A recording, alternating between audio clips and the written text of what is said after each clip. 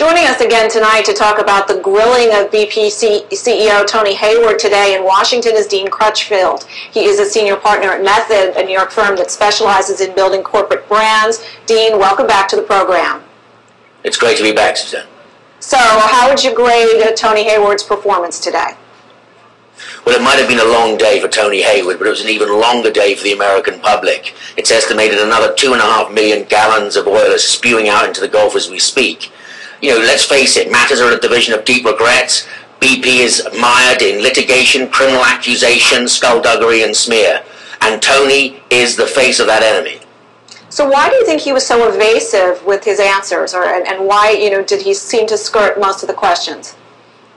Well, I think it was perfectly legally done what he did, but what he didn't do was face the catastrophe that's unveiled itself, and he didn't give us the answers we needed. There's still big questions about who specifically was responsible for this. Why did it happen? What's the cleanup strategy? When's it going to be over? And where, if anything, or where at all does the American taxpayer might have to face a role in this whole debacle? So what he could have done and should have done was answered better questions. And what he did do was play the legal role, and it didn't come over in the way that it should have. So what did Hayward's performance mean for the image of BP? It sank even deeper and darker today.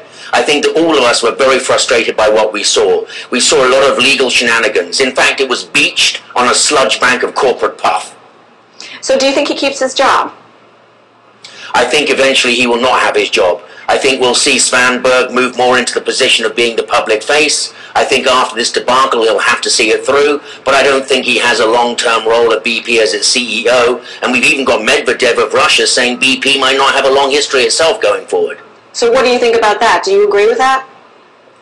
I think there are some big issues going forward here. They're trying to maintain their business. They are a commercial operation. We've seen large and big oil companies turn around. We've seen major companies face catastrophe and get through it. I'm sure BP can do that. But as to the workings of the markets and its value going forward, and whether it's an ideal right target for someone like Shell to take it over, we'll have to wait and see. But there's no guarantee that BP has a long tenure ahead of it, including the CEO, Tony Hayward. Thank you, Dean, again for joining us tonight. My pleasure. Thank you very much. Our guest, Dean Crutchfield, senior partner at Method.